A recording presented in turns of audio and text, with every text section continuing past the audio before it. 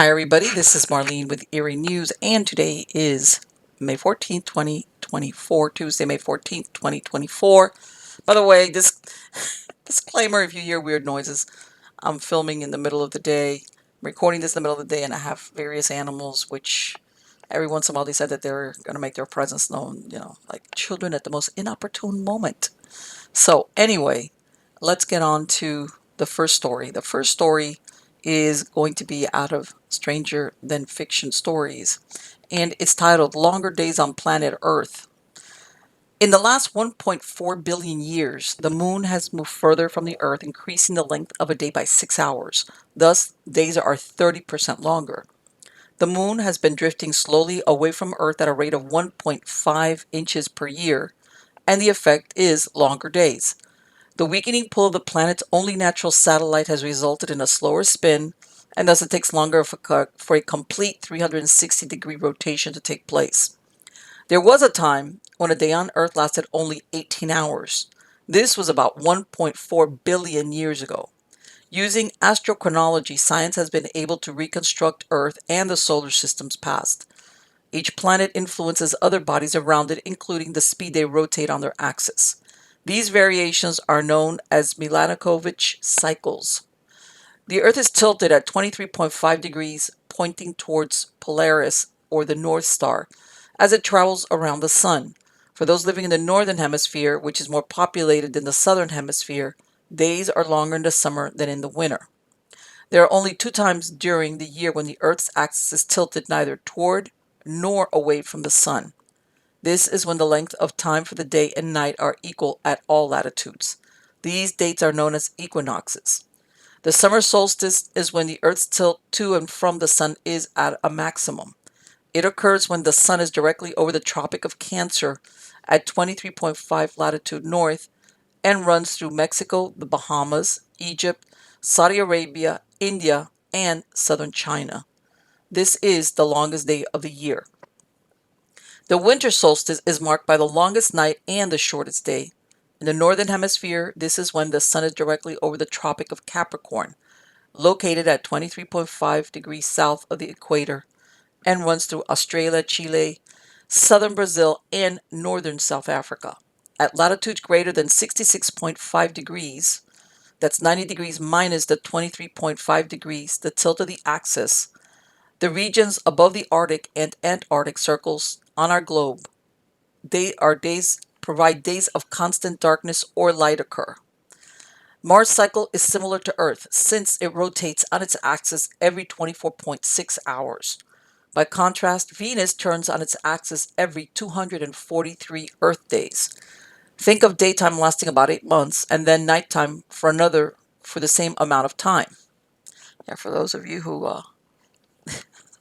those people, and I've heard of those people that, they can't sleep if it's daylight outside, and yeah, it does something to their circadian rhythm. Think about that. If you had to, if you go by Earth measurements, if you had to be in a place which was like, what, 2/3 of the year was daylight, or the other side, which is nighttime. Anyway, let's go on to another one at Stranger Than Fiction Stories. This is titled The Haunting of Combermere Abbey. Lord Combermere died in 1891, and a photograph taken during the time he was being buried became renowned for establishing proof of life after death. Combermere Abbey, located in Cheshire, England, was founded by the Benedictine monks in 1133. In 1540, King Henry VIII ran out the Benedictines and closed down the abbey, which later became the seat of Sir George Cotton, KT, Vice Chamberlain to the household of Prince Andrew, son of Henry VIII. Combermere Abbey had a reputation for being haunted since early in its history. There was an old nursery where the ghost of a young girl dressed in a frock with an odd little ruff around her neck was seen in what had once been the nursery. The room had been turned into a bedroom, and she was seen by the niece of a late owner standing near her bed. The ghostly girl started running around the bed in a wild way with a look of suffering on her face. She told, I guess the occupant of the room, told her widowed aunt about what she had seen, who recalled that her late husband had described where his favorite sister had died many years ago. One of their games was to run around the bed. In 1814, Sir Stapleton Cotton, a descendant of Sir George, took the title Lord Combermere, and in 1817 became the governor of Barbados. His son, Wellington Henry Stapleton Cotton, born in 1818, became the second Viscount Combermere in 1865 upon his death. He was a cavalry commander in the early 1800s who distinguished himself in several military campaigns. In 1891, Lord Combermere was visiting London when he was struck by a horse-drawn carriage. He was seriously injured, but the 73-year-old started to mend and regained the use of his legs. But then he died suddenly on December 1st after a blood clot stopped his heart. His remains arrived on December 5th at St. Margaret Church in the town of Wrenbury. His son Robert accompanied the hearse from the train station to the church, where after a short service he was interred in the family vault in the church graveyard. Sybil R. Corbett had been engaged to take pictures of Combermere Abbey, and on the afternoon of the burial she was photographing the library at approximately 2 p.m. Her sister, Lady Sutton, was renting the Abbey at this time. Miss Corbett did not develop the plate until over 18 months later, and only then did she realize she had taken the photo the same day of the funeral, which was taking place 4 miles away. There were very few people about the house, including the servants, since they were attending the services. She showed the photograph to her sister Alice Rowley, who said it looked like the late Lord Combermere. The light-colored beard and bald head did not match any men in the household at the time, and most importantly, the style of dress did not match anyone either. The most significant point was that the figure was seated in Lord Combermere's favorite chair. The story and the photograph was published in the December 1895 volume of the Journal of the Society for Psychical Research, and was shown only to members of the society in order to protect the family's privacy, even though eventually the word did spread about the photograph. Though some thought the image was a product of the plate not being processed correctly, in other words, double exposure, Sybil Corbett insisted she had been very careful during the entire process. Others saw it as proof of life after death, and that Lord Combermere had come for one more visit to his ancestral home. Lord Combermere's father was involved in the famous case of the moving coffins of Barbados while he was governor of the island. The coffins would be found moved around despite being inside a sealed vault. Every time a new interment would take place, the heavy coffins would be strewn around the inside. There was never a logical explanation given except for the supernatural, and the family finally reburied each separately in a secret location in Christ Church Cemetery. So there you go. That's a very famous picture, and apparently because of the way that photographs were processed, the plates, they were saying, well, that while she had taken it or that she had left the plate in the camera, somebody had walked in and sat there. Who knows? She insisted that no, that wasn't the case. And that, as a matter of fact, that the house was mostly empty because all the servants were away at attending the funeral services. So now, this other story also out of Stranger Than Fiction stories is, what are the odds that a boy exorcised by Jesuits in 1949 would grow up to work for NASA? Many people keep secrets, especially from childhood, but Ronald Edwin Hunkler's was unique. He was the boy that inspired the novel The Exorcist, written by William Peter Blatty and released as a film in 1973. In order to protect his identity, the teenage boy was referred to as Robbie Mannheim or Roland Doe by the Jesuit priest who exorcised him. A handful of laypeople knew the real name of the boy, who endured a series of exorcisms in 1949. In 1973, the Exorcist movie filled up Catholic churches and confessionals with parishioners who had not set foot inside one for years, all of it driven by the fear that their soul would be stolen by Satan. However, by the time the film was released, Ronald Edwin Hunkler worked as an engineer at NASA's Goddard Space Flight Center. He patented technology to help protect the space shuttle from extreme heat. In 2001, he retired after 40 years at the agency, guarding the secret of his experiences as a teenager. He died on May 10, 2020, just 3 weeks shy of his 86th birthday. In 1949, William Peter Blatty was a 20-year-old English major at Georgetown University. The following is an excerpt from the article written by Bill Brinkley for the Washington Post, which inspired him to write The Exorcist. Quote, it's titled, Priest Frees Mount Rainier Boy Reported Held in Devil's Grip. And what is perhaps one of the most remarkable experiences of its kind in recent religious history, a 14-year-old Mount Rainier boy has been freed by a Catholic priest of possession by the devil, Catholic sources reported yesterday. Only after between 20 and 30 performances of the ancient ritual of exorcism here and in St. Louis was the devil finally cast out of the boy, it was said. In all except the last of these, the boy broke into a violent tantrum of screaming, cursing, and voicing of Latin phrases, a language he had never studied. Whenever the priest reached the climatic point of the ritual, in the name of the Father, the Son, and the Holy Ghost, I cast thee, the devil, out. In complete devotion to his task, the priest stayed with the boy over a period of 2 months, during which he said he personally witnessed such manifestations as the bed in which the boy was sleeping suddenly moving across the bed.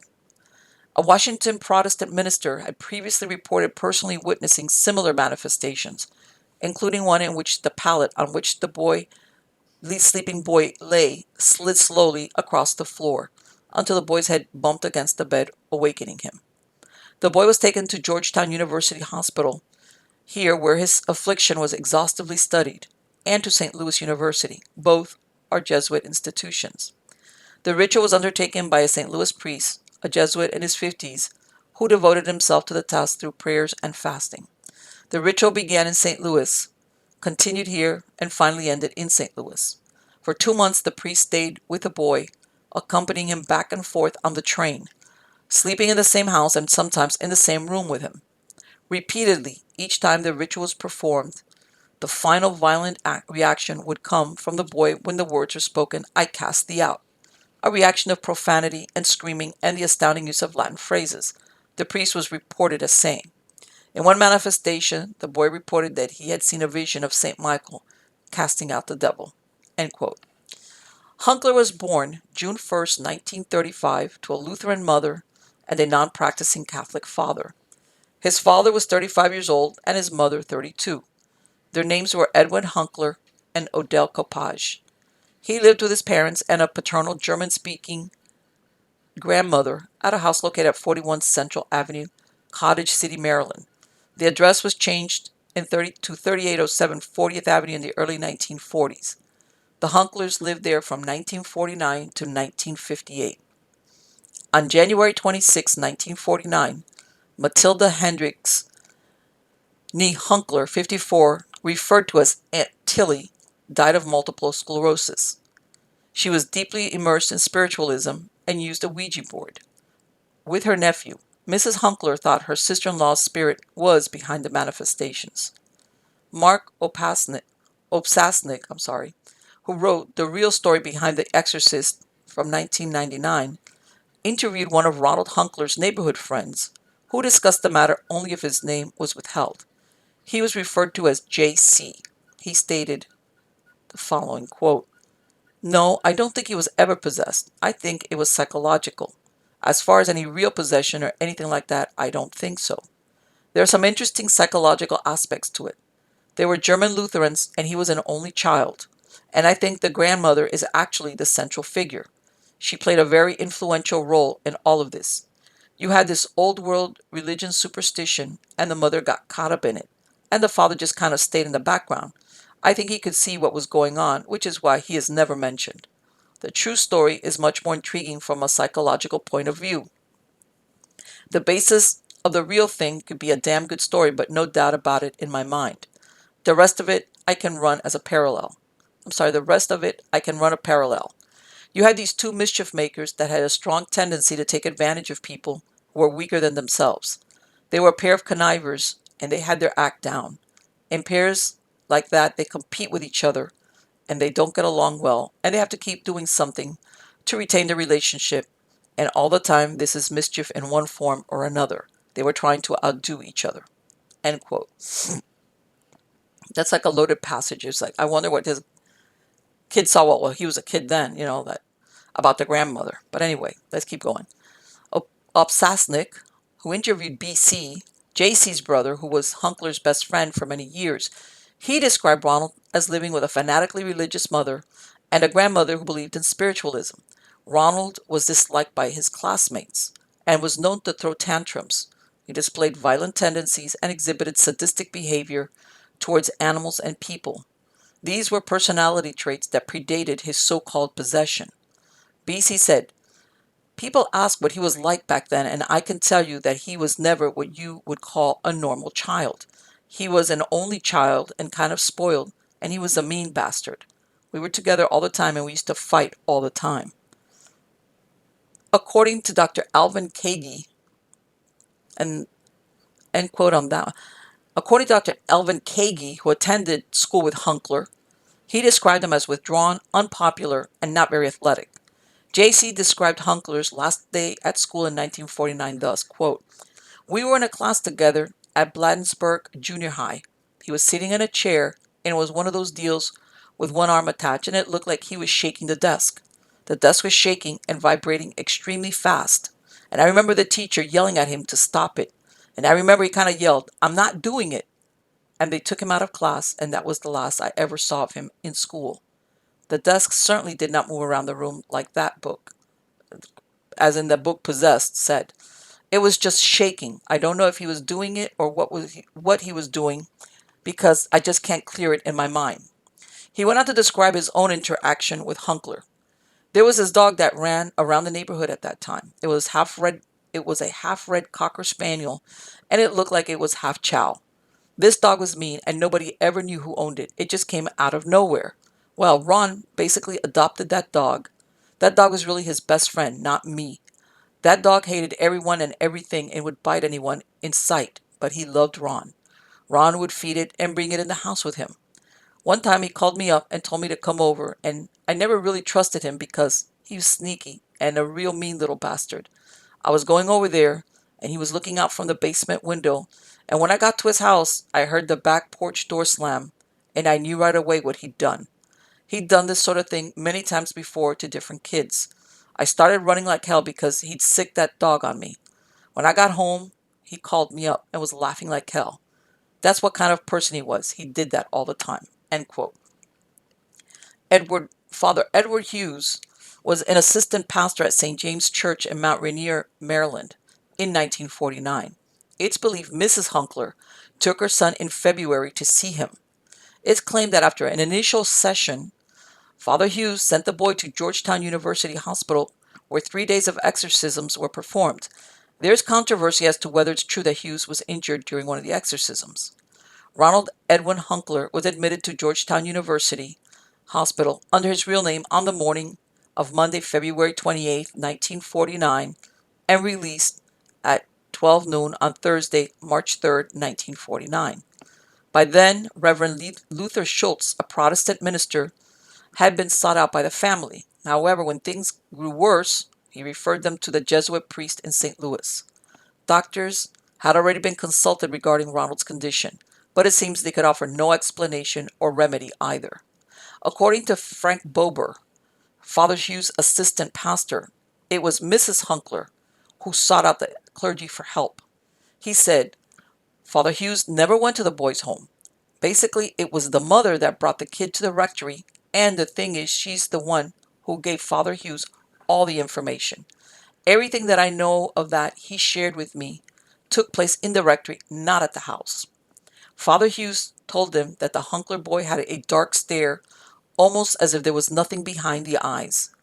Bober said that Hughes felt an unseen force pressing him against the wall.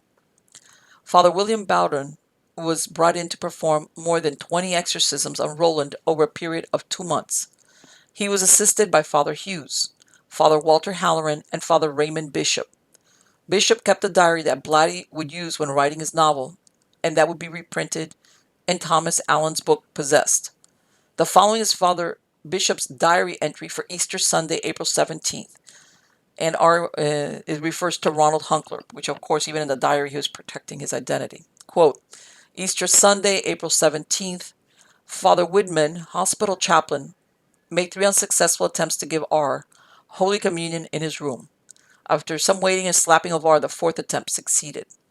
Brother Theophane, who was on nurse duty in R's room, was reading the Office of the Blessed Virgin. It was about 6:45 a.m. when he came to the Regina Caeli. R jumped out of bed and grabbed the office book from the brother and reached for the scapular from the brother's habit, which was placed on a nearby chair. R fought and spit at the brother and trampled the scapular underfoot in an Indian war dance. The devil said, I will not let him go to Mass. Everyone thinks it will be good for him. It was impossible to get R to the chapel because of his frequent seizures. Father Bowden was called to the hospital, and shortly after his arrival, the spell was broken. There was no further reaction until evening. In the evening, R was spending a little time with the brothers at blank outside the hospital. Brother Emmett was escorting R back to the basement floor of the hospital when R went into a fighting spell. The brother was alone and shouted for help, but it was some time before the other brothers heard. Brother Emmett was quite exhausted from the struggle. R was carried into the elevator and placed in his fifth floor room. The fathers immediately began the prayers of exorcism, and the usual indications of violence continued. And they blank out the devil, but that's what they meant. Showed his power again by saying that he would have R awaken and ask for a knife. He had threatened to kill those who molested him while in his seizure. When R came out of the spell, he asked for a knife so that he might cut an Easter egg. A little later, the devil said they would have R awaken and ask for a drink of water, and R carried out the plan. There was no response to the percipio, except taunting remarks to the exorcist. Everyone, including R, was becoming weary of the long performance. R did not begin to sleep until midnight. The fathers left the hospital at 12:45 p.m. In 1949, Brother Rector Cornelius sealed the fifth floor corridor where the exorcism took place after having the statue of St. Michael removed. The room and the existence of a copy of the diary, along with a note from Cornelius, date April 29, 1949, remained locked away until the demolition of the old wing of the hospital. In October 1978, workmen clearing out furniture stored in the old wing of the Alexian Brothers Hospital that hosted the exorcism in St. Louis allegedly discovered the official record of the events, which confirmed that Father Bowden and Halloran had performed the exorcism over 4 nights in 1949. Father Walter Halloran was willing to discuss what happened in 1949. He said, "I can't go on record. I never made an absolute statement about the things because I didn't feel I was qualified. I hadn't studied the phenomena and that sort of thing. All I did was report the things that I saw, and whether I would make a statement one way or another wouldn't make any difference. As to whether the Hunkler spoke another languages, he said, just Latin. I think he mimicked us." He went on to clarify there were no demonic changes in the boy's voice, and that when Hunkler struck him, it was with normal strength. However, unexplained events did occur. He said, "I saw bottles slide from a dresser across the room. There was no one near it, the bed moving. It was on rollers like any bed, but I was leaning on it when it moved one time. But contrary to the movie, Hunkler did not vomit or urinate, and there was no markings on his skin." The Alexian Brothers Hospital, where Ronald was taken to, served as an insane asylum as well. It received its first patient in 1870. In 1909, it became affiliated with St. Louis University, and it admitted only male patients. However, men, women, and children were seen on an outpatient basis. They operated a training school for male nurses from 1928 until 1952. In 1902, a priest who was taking treatment at the hospital hung himself on the premises. In 2020, Hunkler's female companion told the New York Post that he died after suffering a stroke at his home in Marriottsville, Maryland. He was cremated, but none of his children attended his funeral. His 2 daughters and a son had been estranged from him for a long time. She said that he never believed that he had been possessed and shunned religion as an adult.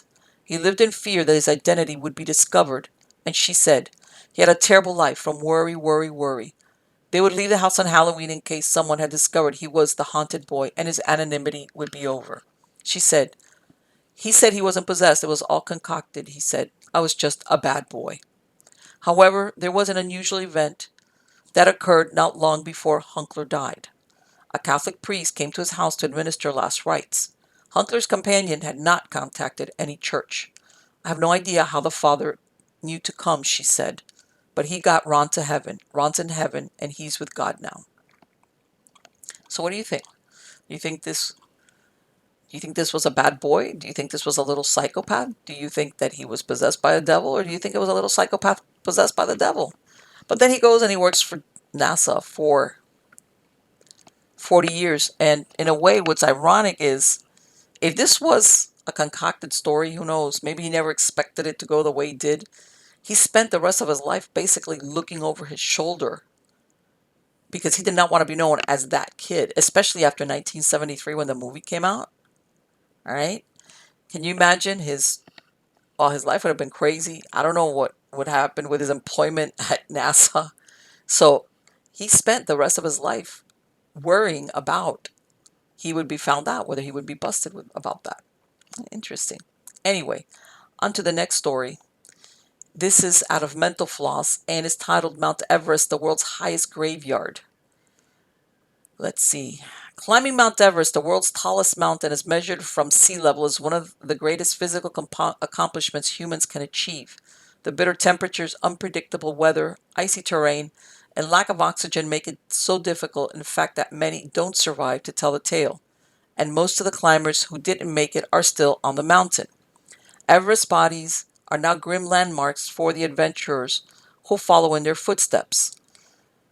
A majority of the dead climbers who remain on the mountain lie within the Mount Everest death zone, the portion of the peak above 8,000 meters or 26,246 feet. God, that's pretty tall. Atmospheric oxygen is so thin at that altitude that climbers routinely carry bottles of oxygen with them, though some climbing pursuers argue that using supplemental oxygen is akin to cheating. The bottles, however, are heavy and expensive, and climbers have only recently begun to carry theirs empties down the mountain rather than leave them in piles of litter. Even with bottled OS, every movement in the Everest death zone can be a life or death challenge. Any extra effort to help someone in trouble can put more people's lives in danger. Using up precious resources to carry incapacitated climbers out of the death zone and down to a survivable altitude is incredibly dangerous, even for experienced Sherpas. And that's why most of the bodies of Everest victims remain where they fall. The exact number of Everest bodies is not known. A 2015 BBC article estimated that the bodies of more than 200 of the 300 plus people who have died on the mountain are still there. Many are in plain sight of climbers making their way to the summit, tragic reminders of the dangers of their ascents. Some have become part of Everest lore. A fallen figure known as Green Boots, who is believed to be Indian climber Swang Paljor, or his teammate Dorje Mora, perished in the infamous 1996 blizzard recounted in John Krakauer's bestseller Into Thin Air. The body used to mark a cave along the Northeast Ridge Route, but a Chinese team moved it to a less visible location in 2014. Green Boots is just one of many, though. The historic Northeast Ridge Route contained so many bodies still wearing colorful down jackets and climbing gear that the area has earned the morbidly cheerful nickname Rainbow Valley. Oh boy. In 2016, British mountaineer David Sharp collapsed when he ran out of oxygen in the same cave where Green Boots had perished. Some reports say more than 40 other climbers passed Sharp while he was still alive, but either they didn't realize he was still breathing or were unable to help him. Their tragedy has been a matter of debate ever since. Also still on Everest, George Lee Mallory, the English mountaineer who disappeared during the 1924 British Mount Everest expedition. His body wasn't found until 1999. The remains of his climbing partner, Andrew Sandy Irvine, have never been located. As the number of Mount Everest climbers has increased over the past 30 years, the number of victims has also grown, with certain days standing out as the most deadly on the mountain. 8 climbers, including Green Boots, never made it back to base camp on May 11, 1996, after the blizzard blew in. On April 18, 2014, an avalanche in the dangerously unstable Khumbu icefall buried 16 experienced Sherpas who had been preparing fixed ropes for the climbing season. Just 1 year later, the massive earthquake that struck Nepal triggered an avalanche that swept over Everest Base Camp and killed at least 22 people on April 25, 2015. Whatever the cause were, one thing is for certain. Many summit hopefuls are still there, eternally caught in the climb. You know what? I know there's people out there that, whether they're adrenaline junkies, I don't get it. I don't get it. I don't get it. I can understand if you're into mountain climbing. God knows there's a lot of mountains out there which give you a challenge, but you don't have to worry about running out of oxygen. I don't know. I don't see the thrill. Some people say, well, it's you're climbing Everest. I could do without it. I'm into self-preservation, and if possibly climbing a mountain, this is a good chance of happening to you. Nah, I'll pass on that. I'll just find a smaller mountain, something different. But anyway, let's go back to the Uneasy Dead of Barbados. This is out of Stranger Than Fiction Stories, and now we're going to look at the story of Lord Combermere's father and what happened when he was governor of Barbados. Barbados Christ Church Cemetery has been in existence for well over 200 years, but besides the obvious, which is that all its occupants are deceased, there was one family crypt that for many years suffered from unexplained events that even brought the governor of the island to the cemetery to get to the bottom of the mystery. Barbados is an island in the Lesser Antilles and known as a tourist destination.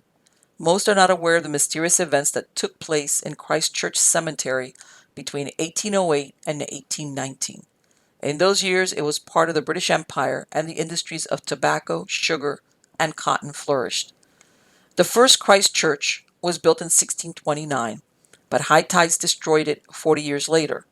It wasn't until 1780 that a new structure was built further inland next to an old cemetery, which already held the Elliot Crypt, later to become the Chase Vault. At that time, it was unused. The church would go on to be rebuilt 3 times due to fire and hurricanes. The cemetery was an ancient colonial one that overlooked Oystins Bay. The crypt was constructed of coral rock, built 12 feet deep, with an arched roof 6 feet wide and stairs that led down to the main entrance. Humphrey Waldron, born at sea, came to the West Indies during the 15th century and served as deputy governor. His family, along with the Elliots, operated large plantations. It's not certain which of the two families ordered the vault to be built, but considering they were already related by marriage, it's possible they cooperated on the construction. James Elliot died as a young man, but he was laid to rest outside the vault. He is one of the oldest memorials, which reads, "Here lies the body of the Honorable James Elliot, Esquire, son of the Honorable Richard Elliot, Esquire. He married Elizabeth, the daughter of the Honorable Thomas Waldron, Esquire, of this island." Elizabeth followed her husband to the grave 8 years later to the day, and hers was the first coffin to be placed inside the vault. However, it wasn't until the death of Thomasina Goddard, a relative who was buried on July 31, 1807, that the first mystery of the vault came to light.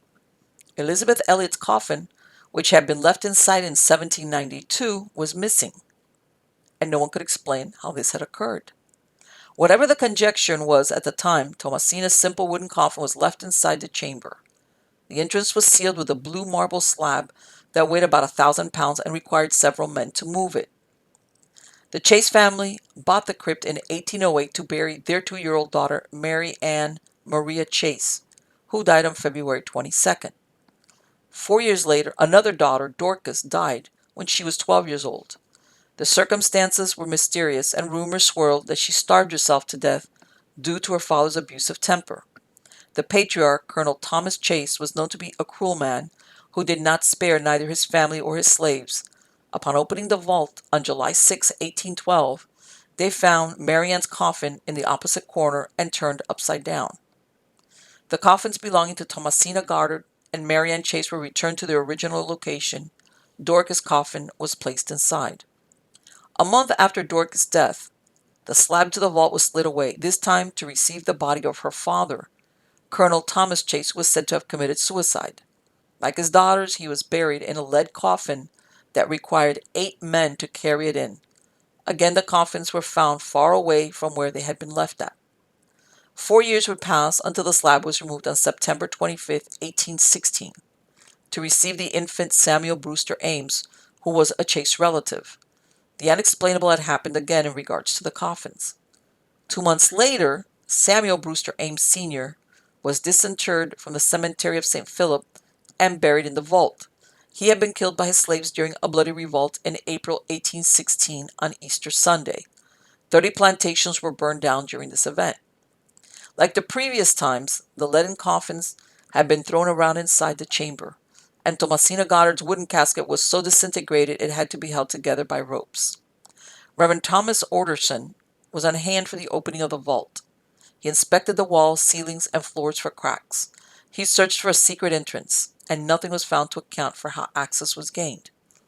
Reverend Orderson, a native of Barbados, acted as rector of the Protestant Episcopal Church in the parish of Christ Church for 30 years. Vandals were blamed, but nothing had ever been stolen or the caskets breached.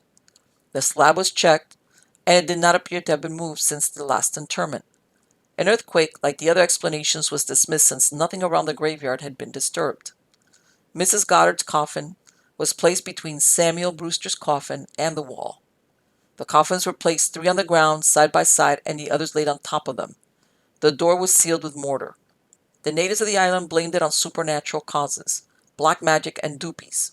They claimed that due to Colonel Chase's cruelty and the death of his daughter, none of the dead could endure the company of the Chases in their final resting place. No one would approach the churchyard after nightfall. In 1819, the crypt was opened for the burial of Thomasina Clark in a simple wooden coffin. Again, the coffins were moved, with the heaviest ones slung around. The phenomena caught the attention of the governor of Barbados at that time, Lord Combermere, who had been present at Clark's funeral and had witnessed the bizarre occurrence for himself. He ordered a thorough and extensive inspection of the tomb to look for any evidence to explain the strange happenings. A layer of sand was spread on the floor to expose the footprints of anyone breaking in. The governor's wife explained the investigation thus, quote, "In my husband's presence, every part of the floor was sounded to ascertain that no subterranean passage or entrance was concealed. It was found to be perfectly firm and solid. No crack was even apparent. The walls, when examined, proved to be perfectly secure. No fracture was visible, and the sides, together with the roof and flooring, presented a structure so solid as if formed of entire slabs of stone. The displaced coffins were rearranged, the new tenant of that dreary abode was deposited, and when the mourners retired with the funeral procession, the floor was sanded with fine white sand in the presence of Lord Combermere and the assembled crowd. The door was slid into its wonted position, and with the utmost care, the new mortar was laid on so as to secure it. When the masons had completed the task, the governor made several impressions in the mixture with his own seal, and many of those attending added various private marks in the wet mortar." End quote. It was inevitable that stories of phantoms would circulate. One such story goes that a woman on horseback heard menacing shrieks and groans emanating from the tomb as she passed it. Her horse went into a berserk panic, foaming at the mouth and threatening to throw the woman off. It was then reported that several other horses in the nearby village became insane in the ensuing days and mindlessly dove into the bay where they drowned. With the revolt from April 16, 1816 still fresh in the minds of the English landowners, the baffled populace again looked at the slaves suspiciously, even though such accusations were difficult to justify. The slaves stayed away from the cemetery, completely fearing the work of malevolent doopies. If asked by curiosity seekers where the vault was, many would pretend not to know anything about it at all. A feeling of dread fell over the islanders. The Chase family realized they could only resolve the problem by moving the coffins, the coffins, and they were buried in secret somewhere in the cemetery. The vault was closed, never to be used again. In 1907, Andrew Lang, a folklorist, published his findings concerning research on the case of the moving coffins in Folklore Quarterly Review on Myth, Tradition, Institution, and Custom. He had found reference to the incident in Captain James Alexander's book Transatlantic Sketches from 1833. The death and burials were recorded in the Book of Christ Church. An account of the strange occurrences was included by Sir Stapleton Cotton in his Memoirs and Letters of Lord Combermere. Lord Combermere's son, the second Viscount Combermere, would be subject of conjecture concerning the afterlife, since a famous photograph was circulated of him sitting in his favorite chair in Combermere Abbey after he had died. Anyway, basically what they're saying is that this gentleman did the research, and the death records at the registry of the church say all those people that were buried there were buried there. Was it that somehow the tide got it? I was reading up on it, and they've never been able to figure out exactly because why those leaden. Because remember, these coffins were leaded, and they were screwed together. They were very heavy, even the smaller ones. How these things could be shifted around and thrown up against the wall? They never got an answer to it. But what they ended up doing was just burying everybody by themselves, because I guess it was just, in a small island, I imagine that became a problem. Next story is out of Stranger Than Fiction Stories, and is titled Lost Lydia. All right. Lonely stretches of road all over the country are said to be haunted by the spirit of lost hitchhiker ladies, always trying to reach their final destination. Like the opening of any Gothic novel, it was a dark, stormy, and foggy night on High Point Road, present-day Main Street. A motorist carefully approached an underpass in Jamestown, North Carolina. The headlights illuminated a distant figure on the roadside. He thought perhaps it was a stranded driver, but he soon saw a woman wearing a long dress.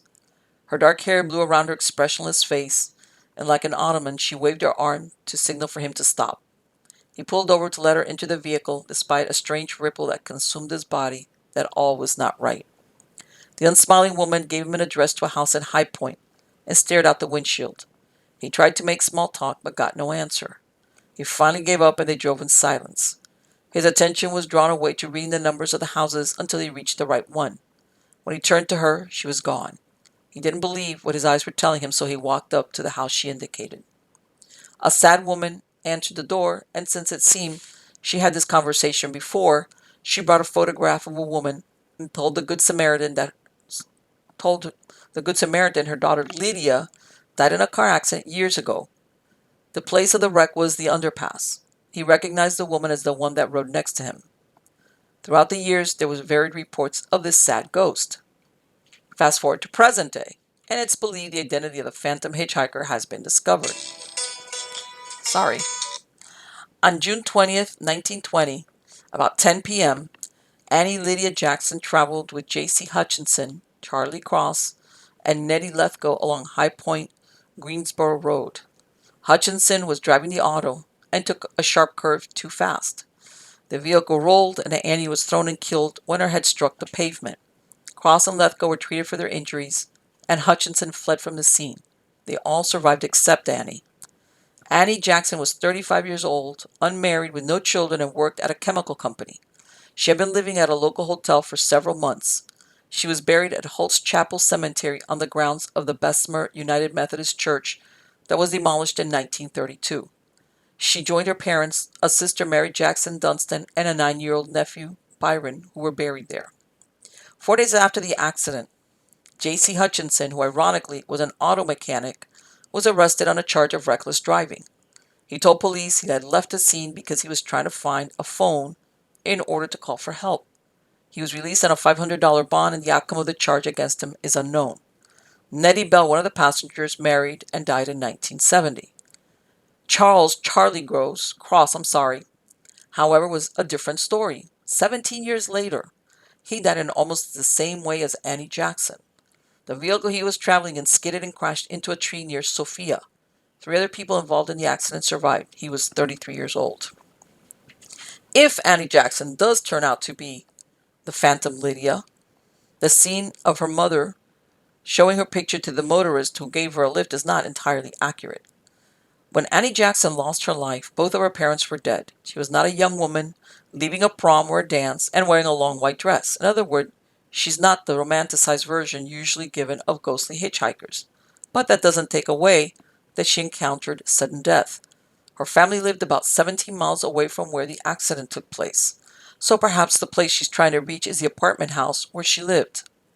The road beneath the bridge where the accident occurred eventually was rerouted, and Lydia's bridge fell into disuse and was taken over by vegetation. Nancy Roberts wrote in her book An Illustrated Guide to Ghosts and Mysterious Occurrences in the Old North State, this is from 1959, wrote, where in 1923 Lydia was killed in an accident on her way home from a dance in Raleigh, and that she was the origin of the ghostly sightings dating back to 1924. The source of Robert's story was Burke Hardison, who described an encounter with a young woman as he traveled to High Point on a foggy night. He was a young man attending North Carolina State University in 1924, and he drove the forlorn lady to an address where she promptly disappeared, and her elderly mother tells him the story of her deceased daughter. The only Lydia who died in 1923 was Lydia McCarthy, a 76-year-old widow who died from heart disease. There's a reference to a death in 1923 for Harvey Yao, who died on December 29, 1923, after attending a dance in Carthage. 2 of his companions were injured, but only he died. Another candidate who doesn't exactly fit the bill is Lydia Moyes, a 17-year-old who died in 1925 from tuberculosis. and is buried in Gibsonville City Cemetery. On the trail of the elusive ghost, there's Lydia Fields, who died on December 12, 1921. She was 60 years old and died later the same day after being struck down by a truck and dragged 30 feet beneath its wheels. Perhaps Lydia is strictly an urban myth, or the circumstances of her death and her name are entirely wrong. And what she's hoping for every time she hitches a ride is to tell her story and what her real name is. So there you go. That was it totally made up? Did somebody just like the name Lydia and gave it to the ghost? The closest true, this name, and see, and this is the thing sometimes. This lady's name was Annie Lydia, okay? And, in some cases, people get known by or called by their middle name versus their first name. But at the same time, she's not this young girl coming back from a prom or a dance or anything. She's out, it looks maybe a double date or something, or who knows. And this guy takes a turn too quick, and that's it. That was the end of her. So, again, how much truth is in there in some of these stories that you hear about? What's the word I'm looking for these hitchhike? Because God, I think the most famous one is Resurrection Mary. That's attached to Chicago as a Bachelor Cemetery. I'm not sure, but that's what I want to say. But there's always been some version, and every once in a while they change it from a female, even to male hitchhikers. But at the end of the day, yes. How much of it is true? How much of it is a little bit of truth, and then it's added on to that? Who knows? But anyway, it's still a good ghost story. So, till next time, I will see you soon with some more interesting eerie news. Till then.